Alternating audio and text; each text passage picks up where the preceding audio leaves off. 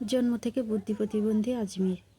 সারাদিনের কর্মকাণ্ড দেখে আমরা অনেক হাসাহাসি করি, অনেক মজা করি, কিন্তু ওর মার অনেক দুঃসহ জীবন পার করতে হয় ওকে নিয়ে। আজমির ভীষণ একরোখা এবং জেদি। ও যেটা বলবে সেটা করেই ছাড়বে।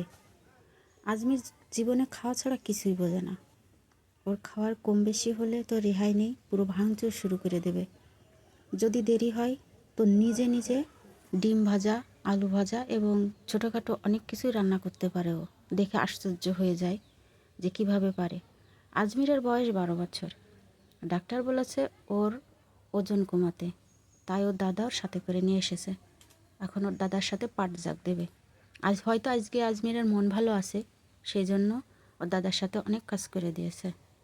আজমির কিন্তু ভীষণ শান্ত হয়ে থাকে অন্য কোথাও গেলে, বাচ্চাদের সাথে খেলাধুলা করে, কোথাও গেলে চুপচাপ থাকে।